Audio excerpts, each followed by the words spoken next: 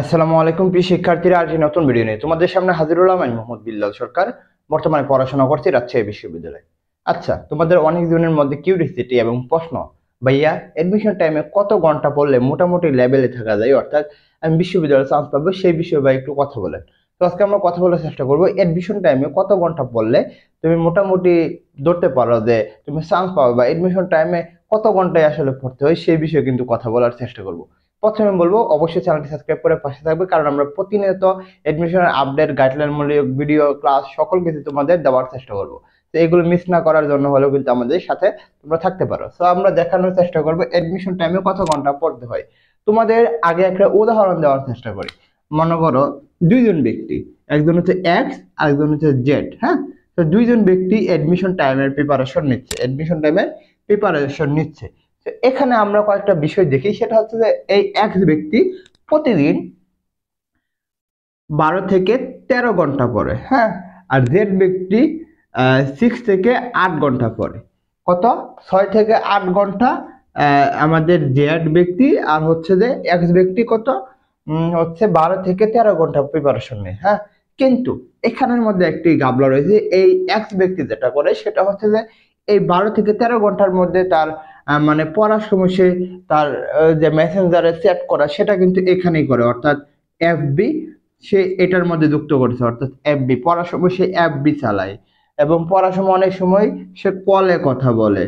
পড়ার সময় সে অনেক সময় মনোযোগী না। হ্যাঁ, তাহলে এফবি ব্যবহার করে, আবার এই কলে কথা বলে, মনোযোগীও নাই। কখন? এই 12 থেকে 13 ঘন্টার মধ্যে। কিন্তু অপরদিকে জেড ব্যক্তি যেটা করে, তার সকল কাজ শেষ করে, তার কথা বলা শেষ করে, তার ফেসবুক চালানো শেষ করে, তার ক্লাস শেষ করে, তার যাবতীয় কাজ শেষ করে শুধুমাত্র 6 থেকে 8 ঘন্টা, অর্থাৎ 8 ঘন্টা সে কোনো কাজে দেয় না। শুধুমাত্র সে ফোকাস করে তার কিসের মধ্যে? এডমিশন জার্নির মধ্যে। অর্থাৎ এডমিশনের যে পড়াশোনা রয়েছে সে শুধুমাত্র এই 8 ঘন্টা প্রিপারেশন নেই, অর্থাৎ এই 8 ঘন্টা প্রিপারেশন নেই। কিন্তু এক্স ব্যক্তি এই 12 থেকে 13 ঘন্টার মধ্যে প্রিপারেশন নেই, আবার ফেসবুক চালায়, আবার কলে কথা বলে, মনোযোগী নয়।